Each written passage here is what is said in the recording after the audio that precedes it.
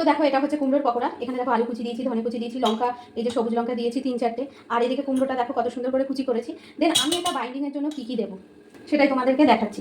Binding করা কিন্তু খুব সহজ। অনেকে কিন্তু বলে এটা শুধু বেসন দিয়ে হয়ে যায়, কিন্তু অ্যাকচুয়ালি ভালো মতো বাইন্ডিং করতে মানে যেটা কুড়মুড়ে হবে সেটা কী কী করবো। এখানে দিয়েছি আমি চালের গুঁড়ো, তারপরে দেবো আমি হচ্ছে বেসনও ঠিক 2 চামচ, আর তারপরে দেবো মচমচে একেবারে কুড়মুড়ে হবে এখানে হচ্ছে সুজিটা না একটু বেশি দেবে, তাহলে না খুব সুন্দর কুড়মুড়ে হয়। এটা 3 চামচ দিলাম। এবার জানো তো এখানে আমি না কোনো এক্সট্রা কোনো জল মেশাবো না। তোমরাই দেখবে যে আমি এক্সট্রা জল না মিশিয়ে এটাকে কি দিয়ে মাখলে নিজে থেকে জল বেরোবে আর সুন্দর এটা খুব শক্ত শক্ত একটা বাইন্ডিং একটা মাখা হয়ে যাবে। তার জন্য আমি দিয়ে রাখবো 5 মিনিট আগে, সেটা হচ্ছে লবণ। সবাই আমরা জানি লবণ হচ্ছে, লবণ থেকে জল ছাড়ে, তো অটোমেটিক এটা একসঙ্গে আলুর সঙ্গে সব কিছুর সঙ্গে মাখিয়ে রাখলে সবজি থেকে অটোমেটিক যে জলটা বেরোবে ওটাতেই কিন্তু এটা মাখা হয়ে যাবে, খুব সুন্দর মাখা হয়ে যায়। এক্সট্রা কোনো জল দিতে হয় না, বাইন্ডিংটা না খুব সুন্দর হয়। এক্সট্রা জল দিলে না লতলতে হয়ে যায়, তখন এটা কুড়মুড়ে মানে ক্রিস্পি ব্যাপারটা আসে না। তো সেই কারণে দেখো আমি এটাকে এইরকমভাবে জাস্ট একটা আগোছালোভাবেই আমরা বলতে পারি, এরকমভাবে জাস্ট একটা মাখিয়ে রেখে দেবো। তারপরে 5 মিনিট রেখে দেওয়ার পর থেকে এখান থেকে অটোমেটিক জল বেরোচ্ছে। আর ভালো করে যে হাত দিয়ে পারো হাত দিয়ে, স্পুন দিয়ে পারো স্পুন দিয়ে ভালো করে চটকে তারপরে ভাজবে, দেখবে অসাধারণ লাগে খেতে। এবং last but not the least কী দেবো এর মধ্যে, সেটা হচ্ছে কি কালো জিরে। স্ন্যাক্স কিছুতেই আমি খুব কালো জিরে ব্যবহার করি, আর কালো জিরে যখন মুখে পড়ে দানাটা আমার অনেক ভালো লাগে। আমি দেখো অনেকগুলো কালো জিনিস আর এটা এর মধ্যে দিয়ে নিলাম।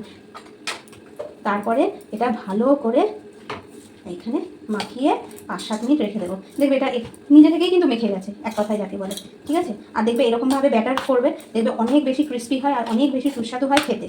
একবার করে দেখুন সবাই, আমি যেরকমভাবে বললাম। দেখেছো এটা অটোমেটিক যে মেখে যাচ্ছে, দেখো একটু অটোমেটিক মেখে যাচ্ছে, কত সুন্দর মেখে গেছে দেখো। তো আমার এখানে অনেকটা যেহেতু ভেজিটেবল, আমার মনে হচ্ছে এখানে 1 টিস্পুন মনে হচ্ছে লাগবে, বেসন লাগবে, যেহেতু অনেকটা আমার ভেজিটেবল আছে, মানে কুমড়োটা প্রায় অনেকখানি আছে। এটা খুবই ছোট চামচ, মানে মধ্যেখানে কিছুই নেই, একদম প্লেন। দেখো দেখো একেবারেই প্লেন চামচ, কাঠের যেহেতু উডেন চামচ, তো 2 চামচ আমি দিলাম। তোমরাও পরিমাপ বুঝে তারপরে ব্যাটার রেডি করো, কম বেশি তো লাগতেই পারে না বলো। দেখো কত সুন্দর বাইন্ডিং হয়েছে, দেখো তোমাদের চোখের সামনেই করলাম। দেখো এক্সট্রা কোনো জল দিলাম না, কিচ্ছু করলাম না, আর অপূর্ব খেতে লাগে।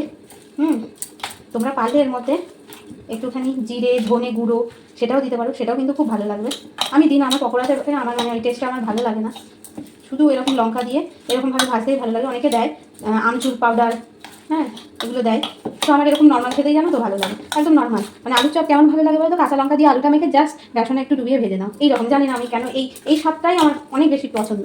অনেকে আবার খুব সুন্দরভাবে করে ওটাকে শুকনো লঙ্কা দিয়ে ভালো করে মেখে থেকে, কিন্তু কাঁচা লঙ্কার যে ফ্লেমটা ওটা যখন আলু চপে খাই তখন আমার অনেক বেশি প্রিয়, অনেক বেশি ভালো লাগে।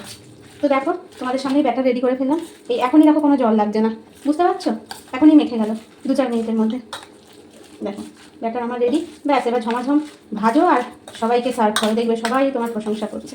তো tata bye bye, Radhe Radhe, শুভরাত্রি, সবাই ভালো থেকো, দেখা হচ্ছে আবার পরের ভিডিওতে।